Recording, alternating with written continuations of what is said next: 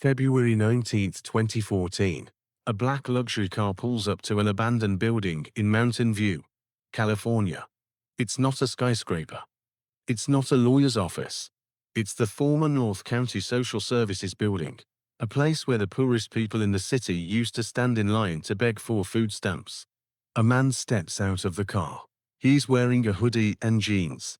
He looks at the peeling paint on the wall. He remembers standing in line right here, clutching a ticket, hoping to get enough government vouchers to buy bread for his mother. But today, he isn't here for food stamps. He leans against the door of this welfare office and signs a piece of paper.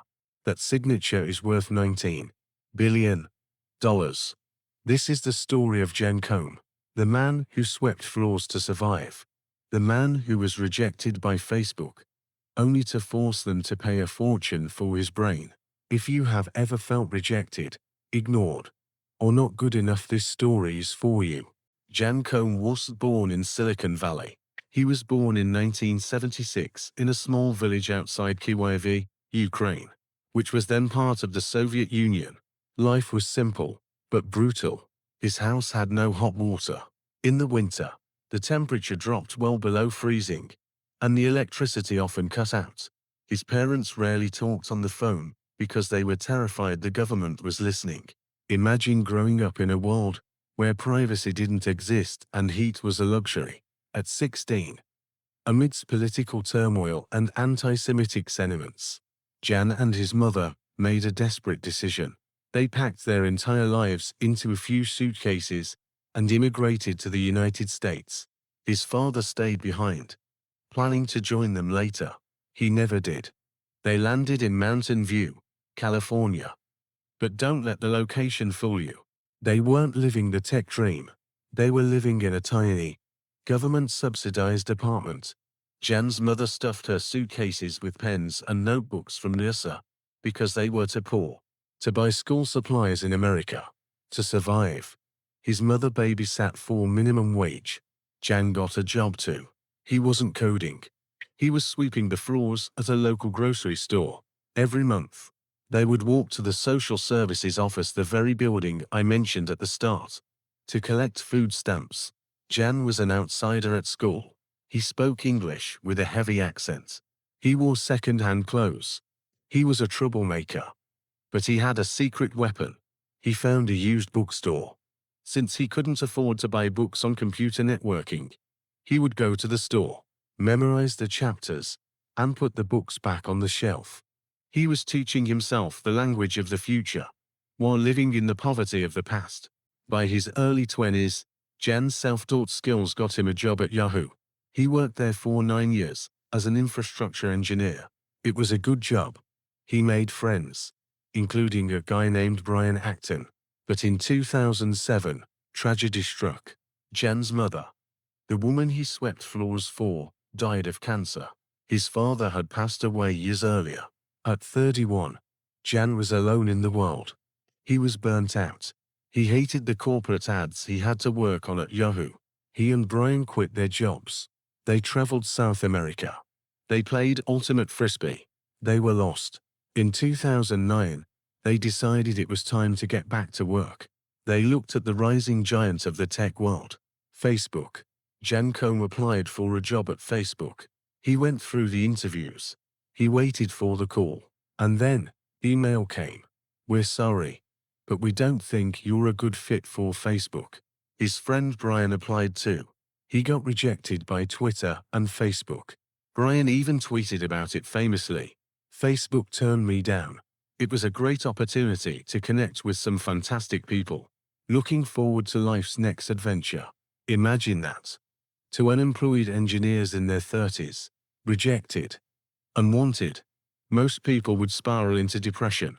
Koum did something else. He bought an iPhone. Jen held this new device in his hand and looked at the App Store. He saw something no one else saw. He realized that soon, every person on Earth would have a smartphone, and they would need a way to communicate that wasn't expensive SMS. Remember, back then, texting cost money. Sending a message to another country cost a fortune. Jan started coding an app. He called it WhatsApp, a pun on What's Up. But here is the truth about success that movies often skip. The beginning was a disaster. The app crashed. It drained the battery. No one used it except Jen's Russian friends. And even they complained. One day, sitting in a coffee shop, Jan looked at Brian and said, "I think I should quit. I should just go get a job." Brian looked at him and said one sentence that saved the company. "You'd be an idiot to quit now. Give it a few more months." Then, Apple introduced push notifications. Jan updated the app. Now, when you changed your status to "can't talk" at the gym, your friends got a ping. It wasn't meant to be a messenger. It was just a status updater.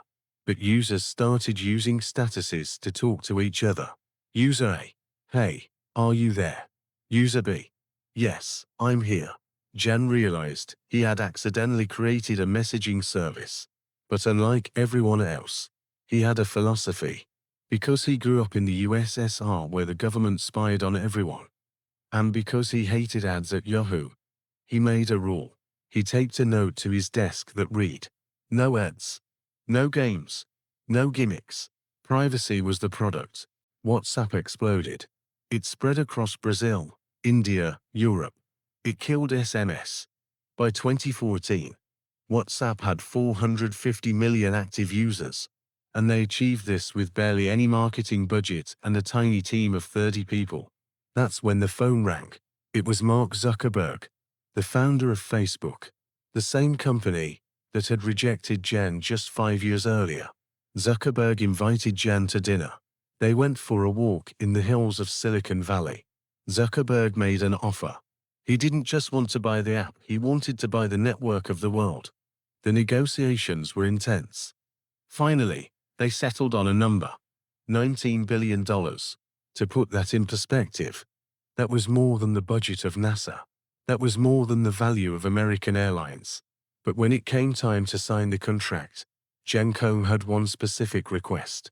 He didn't want to sign it in the Facebook boardroom. He didn't want to sign it at a fancy law firm. He drove to the North County Social Services building. He stood in front of the door where he used to stand with his mother, waiting for handouts.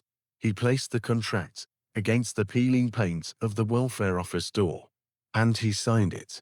It was a message to his past, a message to the system, and perhaps a final tribute to his mother, who didn't live to see this moment.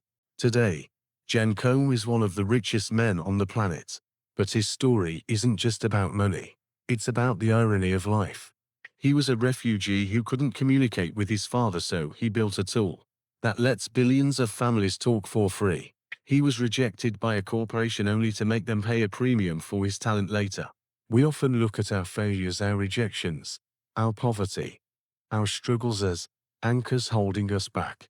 Koum looked at them as fuel. If you are standing in line today, whether it's a little line for food or a metaphorical line waiting for your chance, remember this story.